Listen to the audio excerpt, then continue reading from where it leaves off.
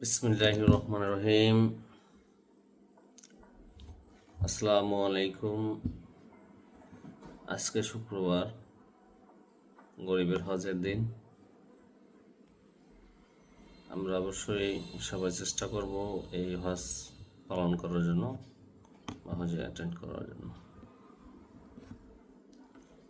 তারপর যে জিনিসটি আপনার সাথে এসেছে সেটা হলো, আজকে আপনাদেরকে একটা জিনিস নিয়ে কথা বলবো, সেটা হলো justice and development. Justice and development, justice হলো ন্যায় বিচার, সমস্ত কিছু চলে আসবে এবং উন্নয়ন সাথে সাথে আপনার সামগ্রিক উন্নয়ন। তো আমাদের দেশে আমাদের দেশ বাংলাদেশ, তো এই বাংলাদেশে স্বাধীন হওয়ার পর থেকে আজকের এই দিনটি কাল পর্যন্ত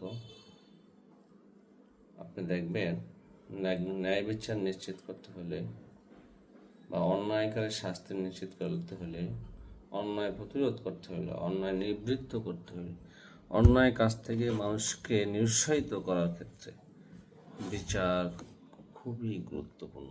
বিচারহীনতা অপরাধকে বাড়িয়ে দেয়।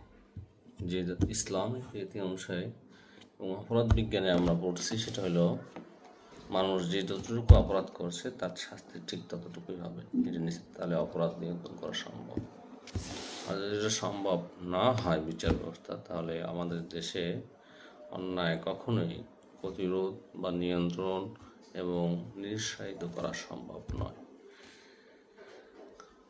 আপনি খেয়াল রাখবেন, এই কাজগুলো পরিপাটি এবং সুন্দরভাবে করার জন্য বাংলাদেশে একটি বাহিনী রয়েছে, যে বাহিনীর কাজটি সুদূর প্রসারী এবং এই বাহিনী পারে এটা সুশৃঙ্খল বাংলাদেশ উপহার দিতে।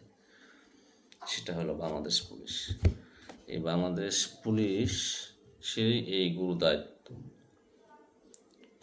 সমাজে যখন অপরাধ করে পার পেয়ে যায়, তখন এই অপরাধের সংখ্যা দিন দিন বৃদ্ধি পেতে থাকে এবং পরবর্তীতে রাষ্ট্রের অধিকাংশ জনগণই এই উচ্ছৃঙ্খল কাজে যুক্ত হয়ে যায়। আর যারা পোলাইট, নম্র, ভদ্র, তারা হতাশায় নিমজ্জিত হয় এবং কারো যদি ফাইন্যান্স শক্তিশালী থাকে সে দেশের বাইরে চলে যায়।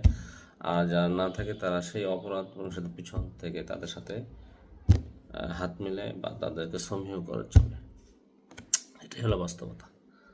তো আমি যেটা চাচ্ছি বা আমি যেটা মনে করছি, আমি যেটা ভাবছি, সেটা হলো এই দুরবস্থা থেকে মুক্তি পেতে হলে